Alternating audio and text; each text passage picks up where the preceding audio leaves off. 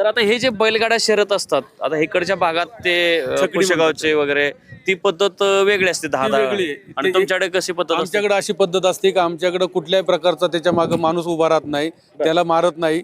त्यांना एकदा झुपलं की होई करके बोलतात आणि त्यांच्या मागं घोडी, पुढची 2 बैल आणि नंतर मागची बैल, त्याला असं मागं जोकाट, पुढं कांड असं बोललं जातं, पुढं घोडी.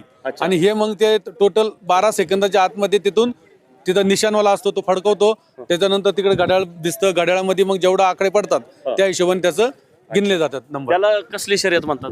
त्याला बैलगाडा शर्यत बोलतात. आणि मग आमच्या ह्याला बी बैलगाडा शर्यत नाही, म्हणतात. तुमच्याकडे छकडीची शर्यत बोलतात. अच्छा, नाही बैलगाडा शर्यतच म्हणतात पुशेगावच्या यात्रेत. पुशेगावला बैलगाडा शर्यत बोलतात, पण बैलगाडा शर्यत तुमच्याकडे फक्त 2च बैल आणि त्याच्या मागे मारणारा माणूस असतो. आमच्याकडे तसं नसतं. आता त्याच्यावर मी बंदी घातली. त्याच्यावर बंदी घातली, परंतु ते चालूच आहे, ते काय बंद नाही आलं. पण आमच्याकडे मारायचा विषय असा काही नाहीये. आमच्याकडे ते एकदा होई बोललं तर मग ते 12 सेकंद पर्यंत जाचपर्यंत ते मागं आम्ही बघत नाही त्याचं.